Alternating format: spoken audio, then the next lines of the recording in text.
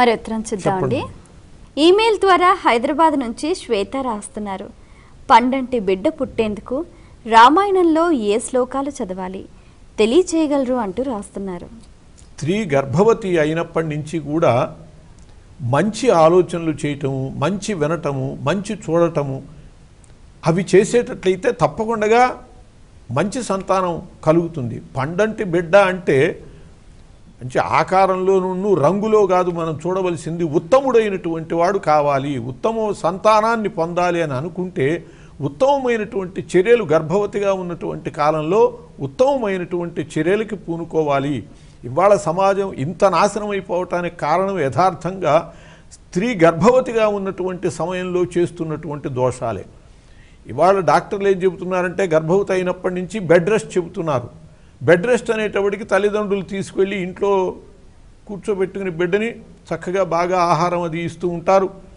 వాళ్ళు తిన్నప్పటి నుంచి ఎక్కడ కదలకూడదు కాబట్టి టీవీకి కళ్ళప్ప చెబుతూ ఉంటారు. దాంట్లో మంచివేవైనా ఉంటే చూడొచ్చు, ఏవి పనికిరావో సీరియళ్ళు అవన్నీ కూడా వినాశకరమైనటువంటివి. ఆడవాళ్ళు విలన్లు ఎలా విషం పెట్టచ్చో, ఎలా పొడవచ్చో, ఎలా నాశనం చేయొచ్చో, ఎలా అత్యాచారం చేయొచ్చో, ఎలా దోపిడీ చేయొచ్చో ఇవన్నీ చూపించేటటువంటి చిత్రాలు చూస్తూ కూర్చుంటారు. గర్భస్థ శిశువు అవన్నీ గర్భస్థ శిశువు చూస్తూ ఉంటాడు, ఈమె చూడటం కాదు. ప్రహ్లాదుడు లీలావతి గర్భస్థుడై ఉండి హరినామ సంకీర్తనం నేర్చుకున్నాడు.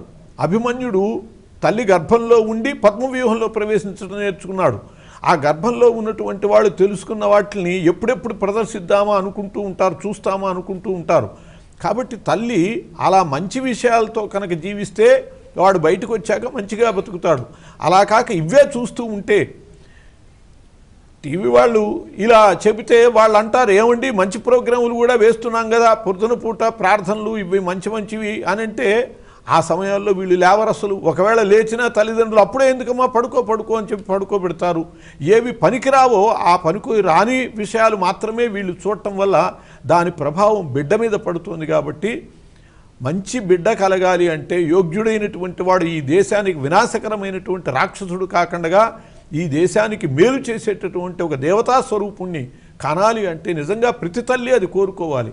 రామాయణ బాలకాండ చక్కగా కృష్ణ పరమాత్మకు సంబంధించినటువంటి ఆ దశమ స్కంధం ఇట్లాంటివి చదవటం ద్వారా, మంచి ఉత్తమ గ్రంథ పఠనాలు చేయటం ద్వారా ఉత్తమ సంతానాన్ని కలి ఈ సమాజానికి మేలు చేయాలి అని చెప్పి ఆశిద్దాం. అటువంటి తల్లులకి నమస్కారం.